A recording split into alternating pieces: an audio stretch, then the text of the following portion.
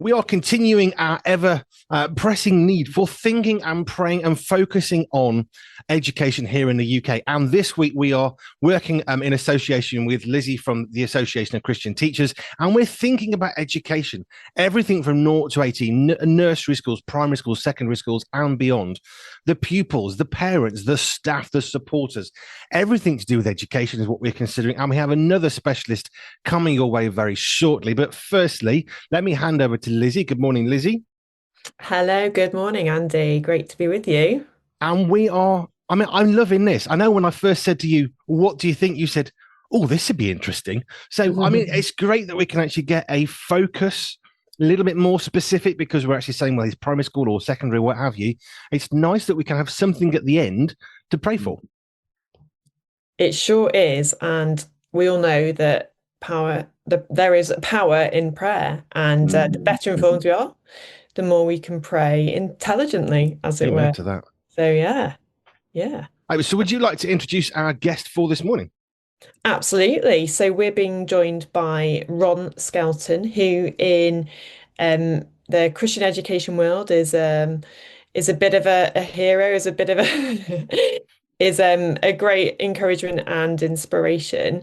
And Ron is based in the Birmingham area and is head teacher of a school in Perry Barr. Can you just tell us a little bit about your school, Ron, so we've got an idea of the context you're working in?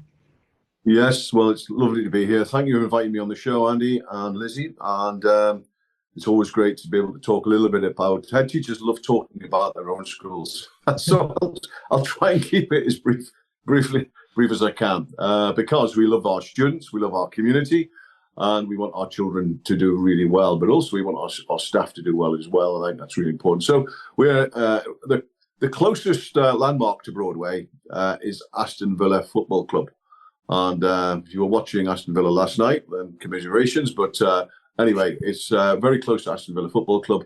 The demographic it's a very sort of challenging demographic in terms of socio-economic, probably one of the most socially deprived areas in wards in Europe.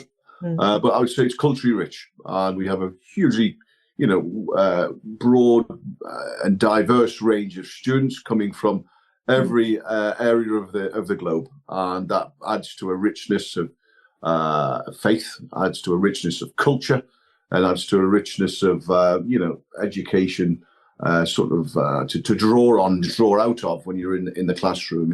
And again, that's reflected the demographic of the staff as well. So we have 1,300 students, 200 in the sixth form, and they come from quite a small catchment area around Handsworth, Lascelles, Aston area of Birmingham. Fantastic. So we all have read headlines where there's all kinds of crises going on in education at the moment. So as you think about getting back to school and your staff are coming in, I know you've had training days and you've got students arriving for the first time this week. What are you thinking about? What are the practical pressures that you're going to be facing? Give us a little insight into the first week back at school for your secondary school.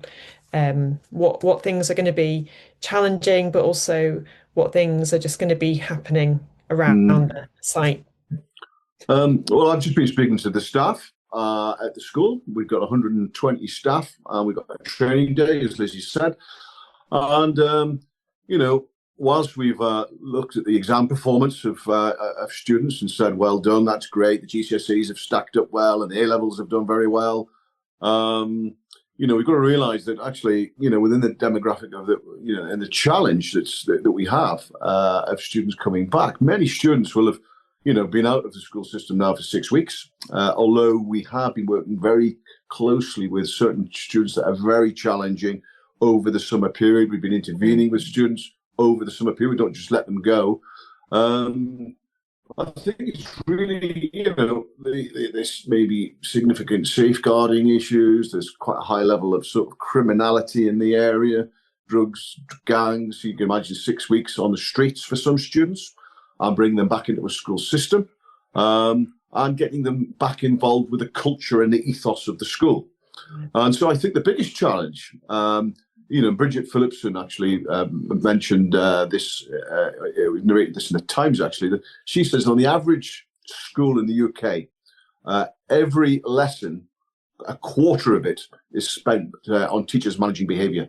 And I think, for us to raise students' aspirations, to get them through exams, to deal with their mental and physical and spiritual well-being, getting staff in the right place, dealing with staff and looking after the staff, looking after their well-being, making sure they're in a good place.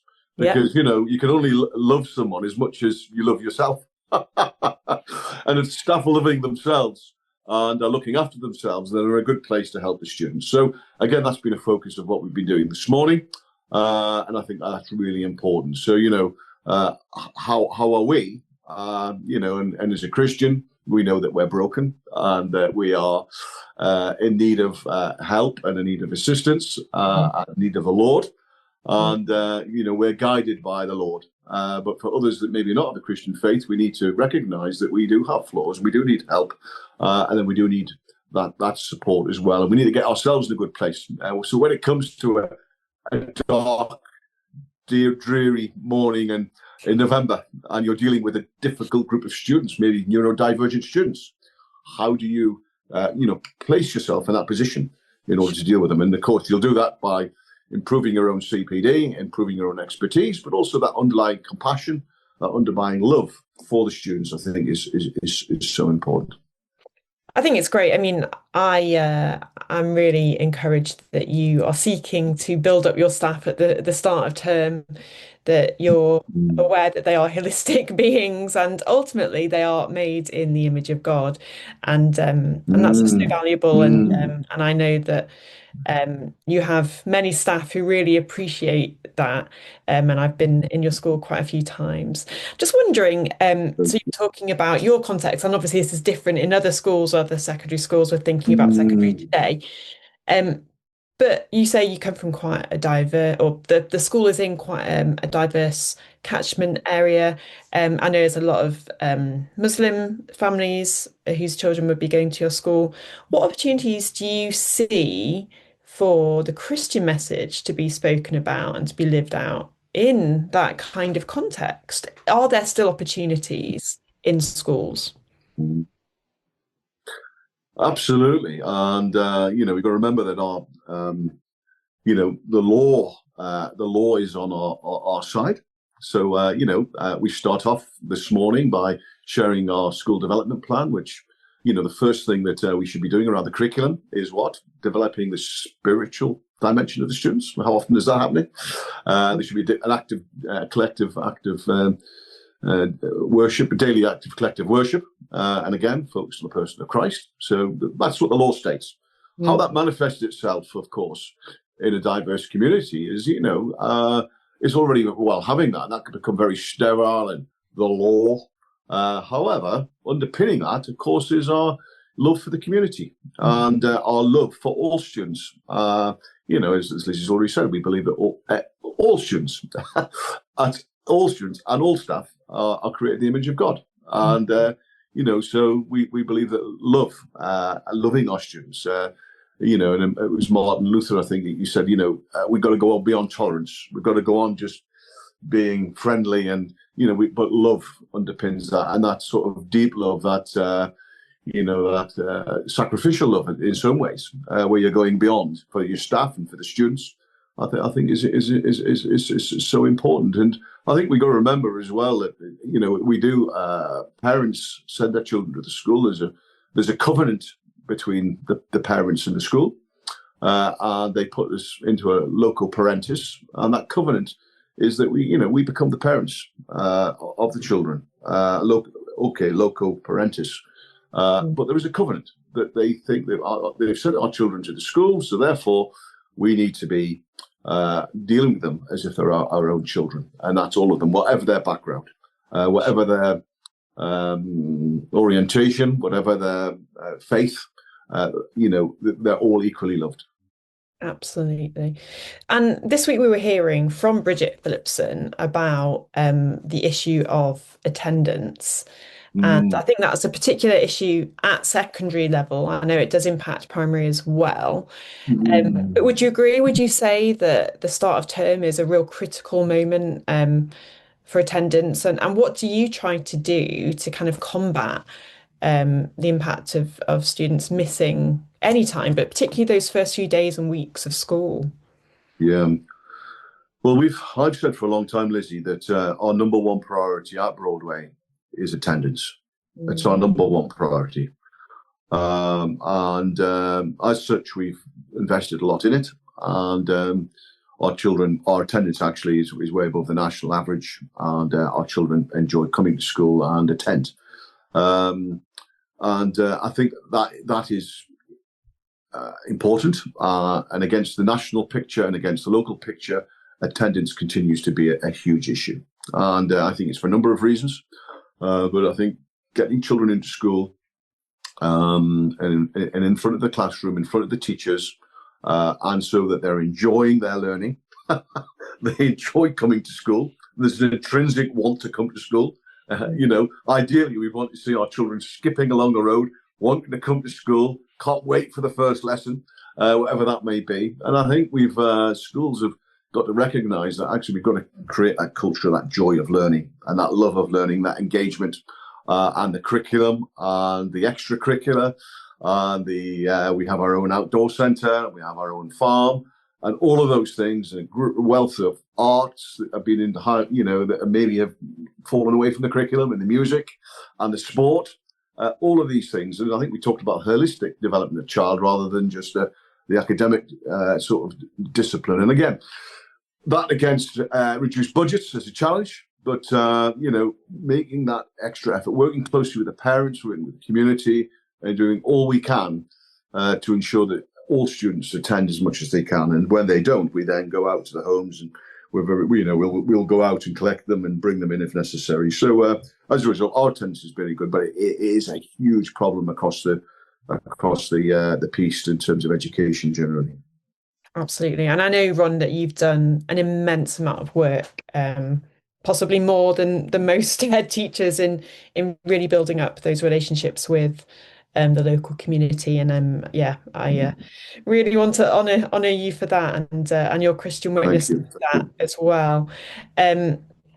So secondary schools. Anything in particular you would say then? I mean, Andy, I hope I'm not stepping on your toes here, but anything in particular we can be thinking about or praying for secondary school teachers or secondary school students, or just the whole kind of ecosystem of secondary education? And what can we be prioritizing in prayer? Well, I think there's a wonderful opportunity coming up for National Prayer Week. In just over a week's time, and that's been headed up by Bear Grylls and others, and there's lots of resources. And I just think that we know, don't we, whether you're from personal experience as a Christian, the impact of prayer. Prayer, we can't do anything of ourselves, really. It's all as Christians, we don't, we're pretty sort of weak. And David the psalmist could say, he needed the Lord to guide him. Without that, he was nothing. And indeed, we recognize that. So prayer is the foundation on which everything else stands. And so if we can, I would pray that we can get children in the schools to pray. Imagine the difference if every child across the UK was just saying the Lord's Prayer every morning. What a difference in the atmosphere that would be in every school, and how that would change schools, how it would change communities, how it would change, families. And, with Generation Z becoming more and more interested in future, I think there's a sort of spiritual awakening. I think what we can do to encourage children and use those resources, and maybe even use that as a sort of catalyst, the National Prayer Week, for Christian teachers to be, encouraging children to pray, encouraging staff to pray, encouraging communities to pray, I think is all important. And a great opportunity. Praying for teachers, in particular Christian teachers. I think it's tough, isn't it? It's saying that to staff this morning. It's tough, isn't it? You've got, children, increasingly number of children with, we call it neurodiverse children coming in with extreme needs. You've got a huge amount of demands, whether that's, to teach well. And of course, teachers are bringing things into the classroom. And so I think it's praying for the well-being of staff, Christian staff, if you want to pray for them, but staff as a whole, really. And I think top down, I think we need to pray for the government that they make the right decisions in this education review. I think we need to be praying for head teachers that they can manage their schools, and and for teachers that they can, that their minds and their hearts can be, and they can, show the love of Jesus to the children within their classes. Absolutely. Well, I was just speaking with one teacher yesterday, a teacher at my church, in fact, who very sadly, I mean, I respect her decision, but I think it just illustrates, doesn't it, that she felt that her mental well-being was not really where it should be. And despite having taught for 25 years, she decided that was it. She was just going to leave. And she's a very, very talented teacher, never had any issues with the quality of her teaching or her care for the children. But she said, you know what? I just got worn down by the expectation. I thought, no, my insanity and that of my family, I'm going to step away. And she said, I might at some point in the next few years, I might reconsider, but I can't do it. And I think, Lizzie, that's a really important point. I said to the staff this morning, I said, we are often leave it too late. Yeah. And we're too reactive. Yeah. And I think we've got to recognize, the first book, if you look at I think it's Exodus, the book of Exodus, from Genesis to Exodus, I think the word rest is mentioned about 72 times, whatever, and I think that word rest is almost a countercultural. We've got a badge of honor of being busy, and we've just got to recognize and build time in for rest. It's biblical. It's and again, a little bit contentious possibly, but there was an article I read over the summer saying people that keep the Sabbath, one day of rest a week, live an average of 11 years longer. Wow. And so I think we've got to come out of this busyness, and it's difficult, isn't it? We've got to find time to rest. It's biblical. It's otherwise we end up, having a bit of a crash at the end. So how can we balance that? And I've said to staff, we're all different. We could illustrate that point with even men and women or whatever, and we need to find ways to manage that. So I think praying for teachers to find time for rest, whatever that looks like for them, is so important. Absolutely. I just had a question. I was at a secondary CV school in Wolverhampton. I know secondary Church of England is much less common than perhaps primary. And I know that even the idea of a church school is not exclusive to the UK, but it's certainly not a universally accepted way. What sort of school are you actually head teacher of? Is it a Church of England school, or is it what we call a secular school? No, well, I think there's a misnomer around the fact of a secular school, because it's where obviously the French have something called la cite, which means that actually the divorce of religion from the state. And I think there is a sort of an unwritten maybe movement for that to happen, where you divorce the religion from the school. In the UK, fundamentally, all schools are based on Christian principles, because that's the law. And so my school doesn't have a designated Christian faith. However, we are very embracing of Christian faith, but all faiths as well. So you could, I suppose, for ease of communication, call us secular, but we are a state school, and we're built on the principles of the law, which are Christian and have a faith emphasis. And I think there's a real trouble. In fact, I've had heads come to me where they try to leave faith at the door. It creates lots of issues. So embracing faith in the school is really, really important. I don't know if it's a long-winded way of answering your question. No, it's good though, because when I was at a CV secondary school, it was fairly easy and obvious. We had the fourth chapel of what is now, I think, the Cathedral of Wolverhampton City, and we had the fourth chapel, so there was an obvious, easy in to Christianity and faith. Our deputy head teacher was going to be a vicar, so the whole thing is kind of, it's just there's Christianity wherever you look. So actually, it was really fascinating. You're saying, the law actually basically saying, look, if you're a church school in the UK, then yes, you're a church school. But if you're not, you kind of still are in a sense, because actually there's still faith within that, which I think that is really, really important for people to grasp, because the US, France as well, we have this complete separation of faith from life. Yeah. I mean, in America, they go even further because they got God on the money, and we don't even have that.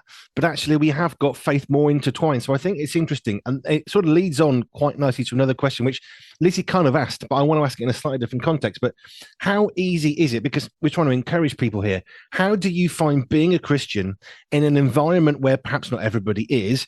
How easy do you think on a day-to-day basis you can actually bring faith in the day-to-day life of you as a head teacher? Okay, well, I think you've talked about faith, and I think we've got to recognise that we are, in a very sort of democratic, society based on our, on Christian principles, and as such, then we have a deep respect for others as well.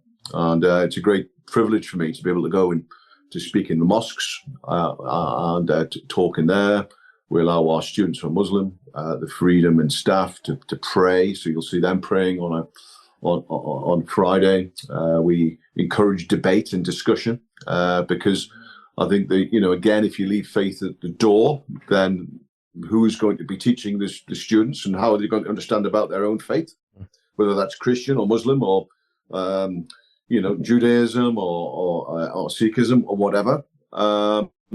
And so the debate around faith is central to and what people believe, and being able to see things through different lenses is critical to a good education. So, in a typical RE lesson, you would be saying, okay, if you're a Christian, what does it look like through the lens of a Muslim, and vice versa? So that actually, and by doing that, I believe that, it stops any form of, or reduces significantly any form of radicalization.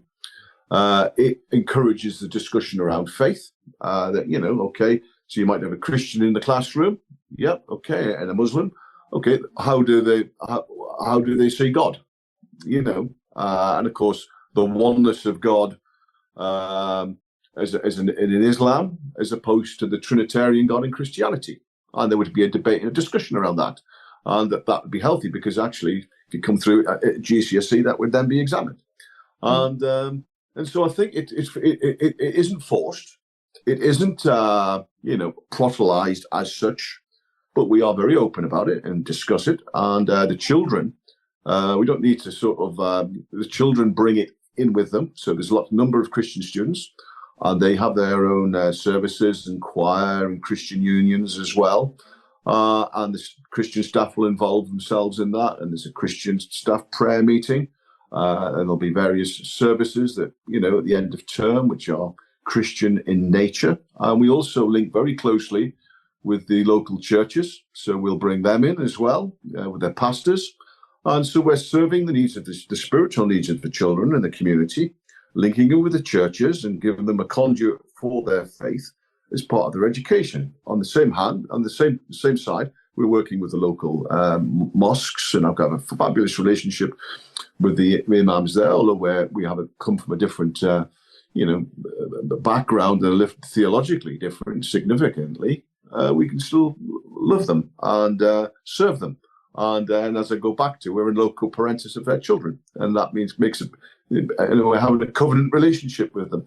And I think that's really, really important. So I think it's creating the right atmosphere in the school, which is the right ethos, which allows all children, whoever they are, to flourish. And I think it's that debate, that discussion, and that love for each other, which will hopefully shine through. And I think, Andy, just to kind of follow on from that, I think, as Christian teachers, we should never try to manipulate or hide any discussion around faith with children. But actually, a good premise is always, if you're a Christian teacher going to a school, make that really open and transparent from the day you start working there with staff and students alike. Obviously, don't force the matter, but you don't need to be afraid of saying you're a Christian.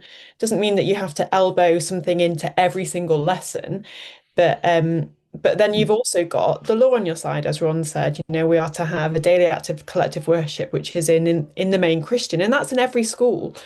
Unless there is a specific religious designation, which very few schools would not have that applicable. So I think we've got many things on our side, and actually I think just it's a misunderstanding often that we can't talk about faith, or we can't offer to support a Christian union. Doesn't always mean that people are receptive or that they come. But there are many opportunities for Christian teachers in. And I also think, Lizzie, the importance of RE in the curriculum, which facilitates that, which some schools have sort of marginalised. And at Broadway, all of our students do RE through the curriculum, and they all take it at GCSE. So there's 210 entries a year. And I think they study their own faith. So we do Islam and Christianity. So they'll study, what it means to be a Christian, what it means to be Islam. There'll be discussion around that. And I think that's a real strength and allows open and vibrant discussion as well.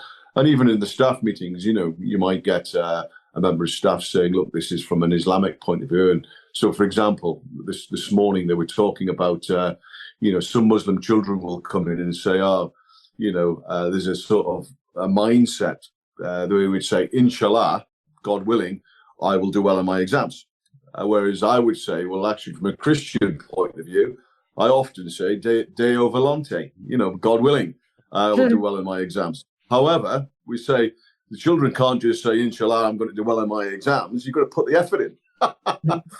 And Christian children too. You can't say, God willing, Deo volante, I'm going to do well in my exams. No, God expects you to work hard as well. So there's that interesting and amusing dialogue between the staff about, getting students to work and not just rely on the Almighty to help them get through their exams. I really enjoyed. I was the school I was at, as it was secondary, C of E, Church of England, and we had a sixth form attached to the school. I know this varies throughout the country, but sixth form was school. We just got a slightly better tie. And across the road was a Roman Catholic secondary school, also had an attached sixth form. So our combined A-level theology, Christian theology, was fascinating because there was a very much Muslim guy in the room. There was myself and another girl. I mean, I was never really a Baptist, but I was a Christian. I was labelled a Baptist because we like labels. There was some Methodists and some agnostics, and I'm definitely an atheist. And it made for some really fascinating debates. As you can appreciate, 16 to 18, we like our thoughts. Yeah, absolutely. What do we think? What do we believe? Well, how does that fit to me? And I still look back to those 2 years of my life. Didn't like school so much, but I love the Christian theology because I love the debates. Because the two principal teachers were so good at getting us to debate and converse well. And it's that well word, which I'm hearing through what you're saying, Ron, in your school, which is probably why you've got a better attendance. Because if you're not just treating people good, but treating people well, helping them to learn well, to be educated well, to discuss well, to exist with people that you don't necessarily agree with, well, all of a sudden we're changing society and culture from, I say just carefully, but from just within a school, 5 to 7 years of your life, depending on where you live in the world. But it's changing society for better, which is a good thing if we teach people not just to learn, but to learn well. And how do then they apply that into the rest of their lives? I wrote down a lot of things to pray for because there's a lot to pray for. I'll read out what I've got. If you want to switch any of this, we can do that. I've got the well-being of the staff, which I think is important because, as Lizzie said, someone she knows is leaving teaching because of, I guess, that reactive mental health issue, which is prevalent in the UK. I've got head teachers managing people well, because I like the word well, it's good. And I put rest, because that Sabbath thing, which I just wanted to touch on before we close, is so critical. I mean, I guess we're all old enough. We remember Sunday trading laws changing. I remember if you ran out of petrol on a Saturday, you were done till Monday. And actually, as frustrating as that was, and as easy as it was that, I'll go and get some fuel, let's do the shopping, we did lose that cadence of rest versus work, which is what you mentioned.